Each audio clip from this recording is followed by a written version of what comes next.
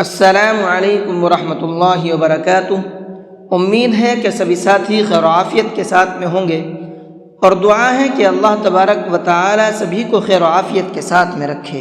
آج کے سبق کے اندر ہم پڑھیں گے سورہ آل عمران کی آیت نمبر 7، اور اس سبق کو تجوید کے ساتھ پڑھنا سیکھیں گے۔ اس کے پڑھنے میں جو لوگوں سے غلطی ہوتی ہے انشاءاللہ ان غلطیوں سے بچیں گے۔ تو آئیے آج کے سبق کو شروع کرتے ہیں۔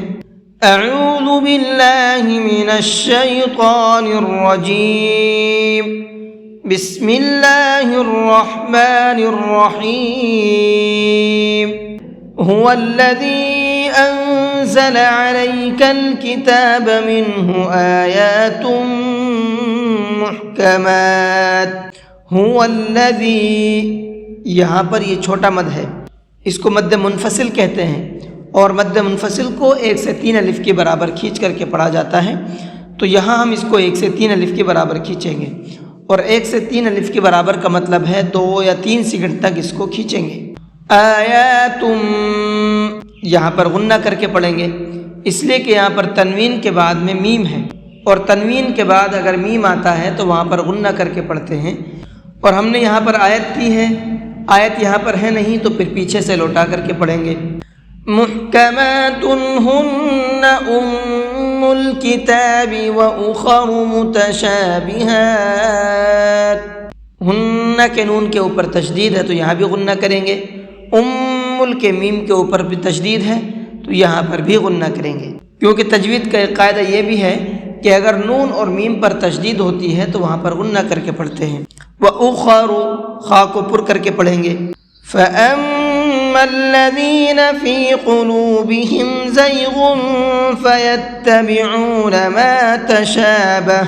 فَأَمَّا الَّذِينَ، اس میم کے اوپر بھی تشدید ہے، یہاں بھی غنہ کریں گے۔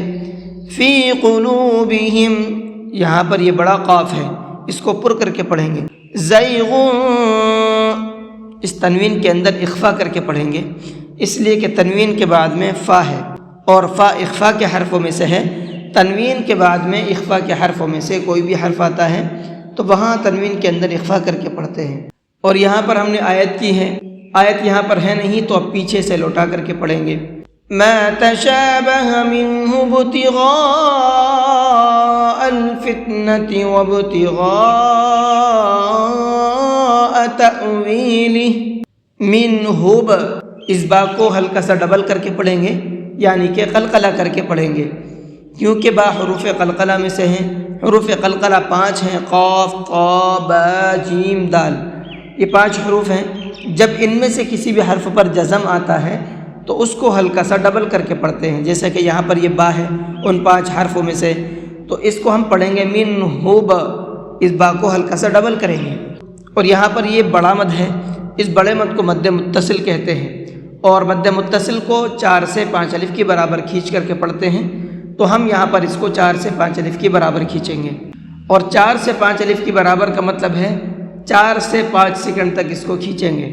تأویلہ، یہاں پر یہ حمزہ ساکن ہے، اور حمزہ ساکن کے پڑھنے میں جھٹکا ہوتا ہے، اس لیے ہم اس کو یہاں پر جھٹکے کے ساتھ میں پڑھیں گے، تا، اس طرح سے۔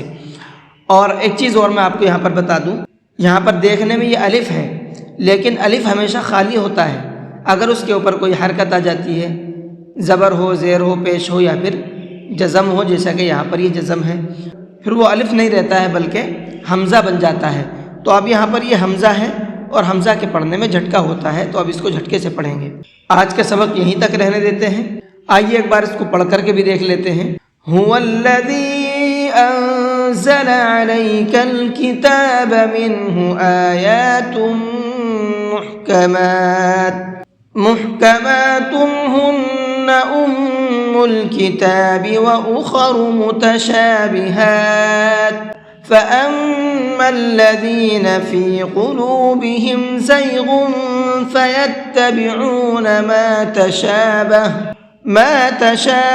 منہ ابتغاء الفتنة وابتغاء تأویلہ۔ جی آج کے سبق کو یہیں پر ختم کرتے ہیں۔ السلام علیکم ورحمۃ اللہ وبرکاتہ۔